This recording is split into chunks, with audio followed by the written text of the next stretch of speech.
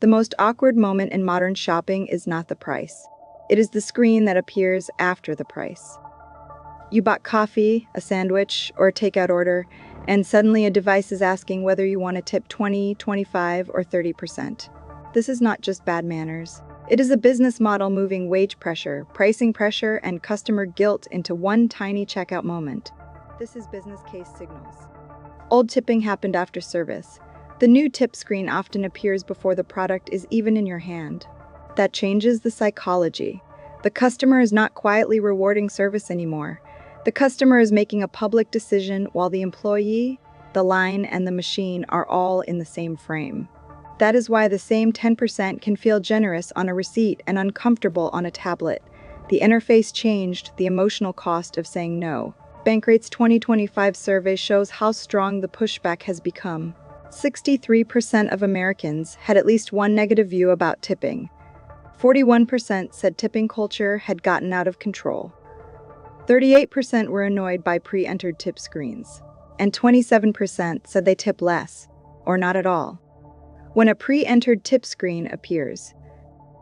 That is the danger for businesses. The prompt can raise the chance of a tip, but it can also make the customer resent the whole transaction. The strange part is that the data does not say tipping simply died.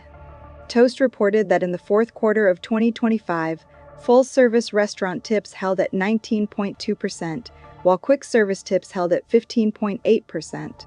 So the real story is not that everyone stopped tipping.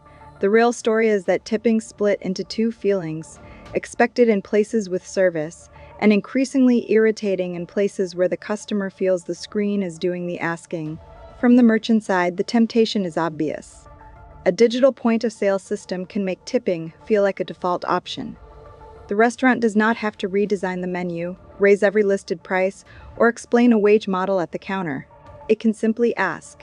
And if even a small share of customers tap a suggested amount, the business has moved some compensation pressure away from the sticker price and onto the checkout ritual.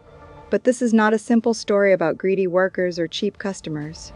Restaurant Dive, citing Square data, reported that average food and beverage tips fell from 15.5% in 2023 to 14.9% in the second quarter of 2025. For workers who rely on tips, that matters. The screen may annoy customers, but the income behind that screen can still be part of how the job survives. Pew Research found the confusion underneath the whole system. More Americans opposed suggested tip amounts than favored them, 40% versus 24%. Pew also found that people still tip often at sit-down restaurants, but far fewer tip often at coffee shops or fast casual restaurants with no servers. That is the core mismatch. The technology makes every checkout look tip eligible, while customers still carry older rules about when a tip feels earned. That is why the tip screen matters as a business case. It turns pay, pricing, service quality, guilt, and interface design into one decision. If the customer says yes, the system captures extra money without changing the visible price. If the customer says no, the customer may still leave feeling judged. Used carefully, digital tipping can support workers. Used everywhere, it can train customers to distrust the checkout screen itself.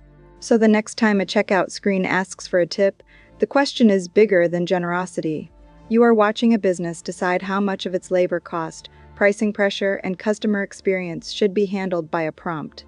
And that is why the screen feels so strange. It is not just asking for money. It is asking the customer to finish a business model in public. What bothers you more?